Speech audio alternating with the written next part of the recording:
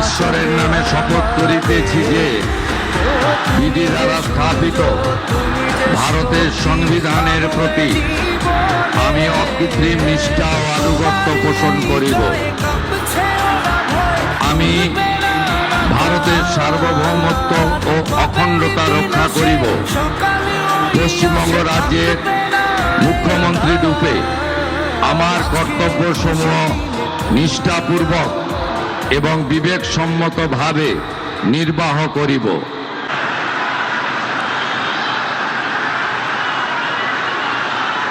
ভগবান তোমাকে পাঠালো বাঁচাতে আমাদের। ও তুমি যে সূর্য, তুমি যে শক্তি, আলো